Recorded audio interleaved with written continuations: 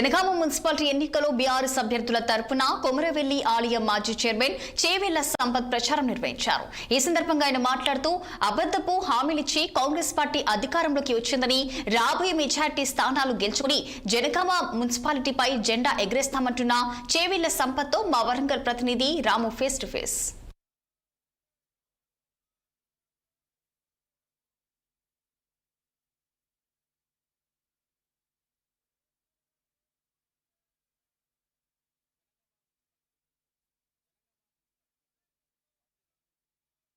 Janagama municipal పీఠం కోసం పార్టీలన్నీ గట్టిగా పోటీ చేస్తున్నాయి. ఒకవైపు అధికార కాంగ్రెస్, ప్రతిపక్ష బీఆర్ఎస్ మధ్య హోరాహోరీగా పోటీ సాగుతుంది. ప్రజలను ప్రసన్నం చేసుకోవడానికి ఇంటింటి ప్రచారం వేస్తూ ప్రచారాన్ని పీక్ స్టేజ్కి తీసుకొచ్చారు.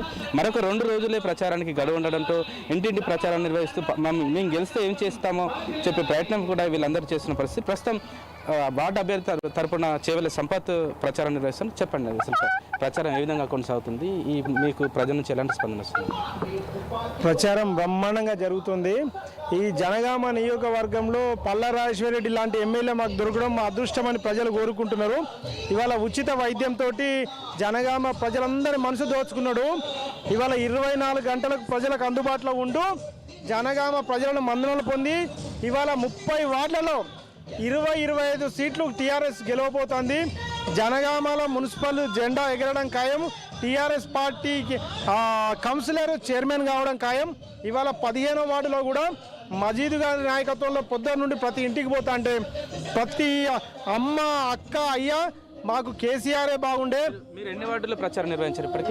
పొద్దు నుండి 4 వార్డులు ప్రచారం చేశాను. జనగామ జిల్లా కేంద్రంగా ఏర్పడింది, కానీ ఇక్కడ మౌలిక సదుపాయాలు మెరుగుపడలేదు, ప్రజలకు సమస్యలు అదే విధంగా ఉన్నాయని చెప్పి ఎక్కడికి వెళ్ళినా కూడా ప్రజలు చెప్తున్న పరిస్థితి. మీరు ప్రచారం చేస్తున్న సందర్భంలో మీకు ఇక్కడ ఎలాంటి సమస్యలు ఎదురయ్యాయి? గతంలో ఇక్కడ పరిస్థితి ఏమైందంటే టీఆర్ఎస్ గవర్నమెంట్ ఉన్నప్పుడు చాలా బ్రహ్మాండంగా ఉన్నది.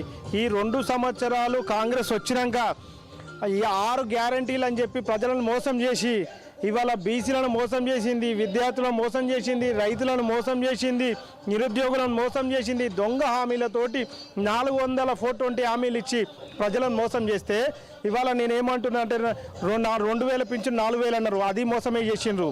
ఇవాళ కోటంటి హామీలు ఇచ్చిన మీరు అంటున్నారు. ఒకవైపు కాంగ్రెస్ పార్టీ నాయకులు, కాంగ్రెస్ ఎమ్మెల్యేలు ఏం చెప్తున్నారంటే బీఆర్ఎస్ 10 ఏళ్ల పాలనలో మొత్తం విధ్వంసం సృష్టించారు, ఆర్థిక విధ్వంసం సృష్టించి ప్రజలను అన్ని రంగాల్లో వెనక్కి నెట్టబెట్టారని చెప్పి కాంగ్రెస్ నాయకులు కూడా చెప్తున్నారు. మీరు వెళ్ళే ప్రయత్నంలో ఏమన్నా ఇట్లాంటివి ఎదురవుతున్నాయా? ఇప్పుడు బ్రదర్ నేనేమంటున్నా, సాక్షాత్తు ఒక నరేంద్ర మోడీ చెప్పిండు తెలంగాణ అన్ని రాష్ట్రాలలో అగ్రస్థానంలో ఉందని మెచ్చుకున్నారు.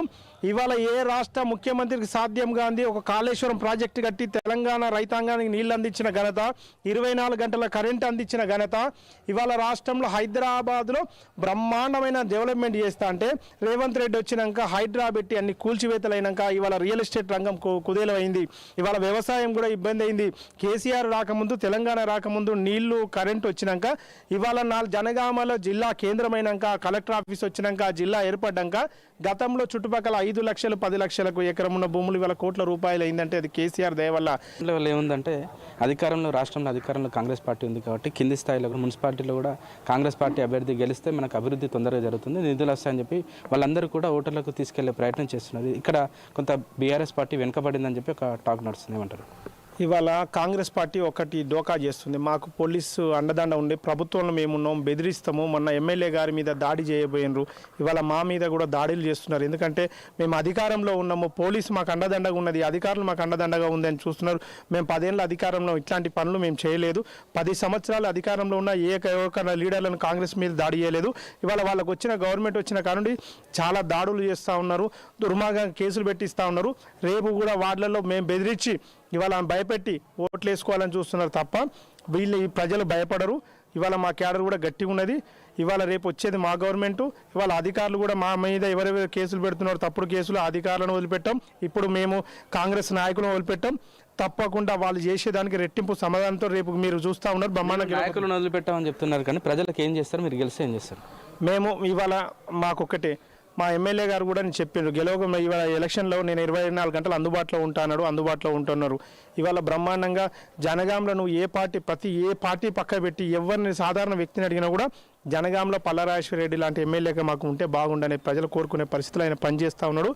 ఆయన బలమే, ఆయన పనితనమే, ఆయనను చూసి కూడా మా కౌన్సిలర్లు కూడా మా ఎమ్మెల్యే గారు ఎట్లా పనిచేస్తారో మేము అట్లా అందుబాటులో ఉండి సేవకులుగా, మేమేమో నాయకులం కాదు, సేవకులుగా ప్రజలకు అందుబాటులో ఉండి వాళ్ళ కష్టాలలో మేము పాల్పంచుకొని ప్రతి ఇంటి సమస్యను మా ఇంటి సమస్యగా పనిచేసి తప్పకుండా టీఆర్ఎస్ పార్టీ జనగామలో క్లీన్ స్వీప్ చేయబోతుందని మీ ద్వారా తెలియజేస్తున్నాం. జనగామ మున్సిపాలిటీకి సంబంధించి ఒకవైపు ఈ బీఆర్ఎస్ పార్టీ చాలా ప్రతిష్టాత్మకంగా తీసుకుంది, ఒకవైపు ఎమ్మెల్యే పల్లారాజేశ్వర రెడ్డి ప్రచారాన్ని ముందు నడిపిస్తున్నారు. దాంతోపాటు ముఖ్య నాయకులందరూ కూడా అభ్యర్థుల తరపున ప్రచారాన్ని, ఇంటింటి ప్రచారం నిర్వహిస్తున్నారు. ఖచ్చితంగా కాంగ్రెస్ పార్టీ మాటలు ప్రజలు నమ్మే పరిస్థితులు లేరు.